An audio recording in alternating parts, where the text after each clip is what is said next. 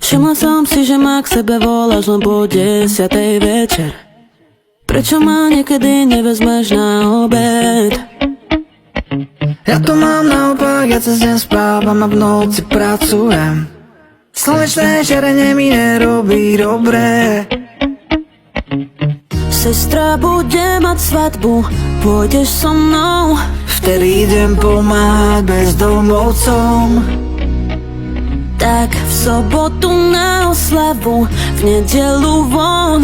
Idem do útulkov venčiť všetkých psov.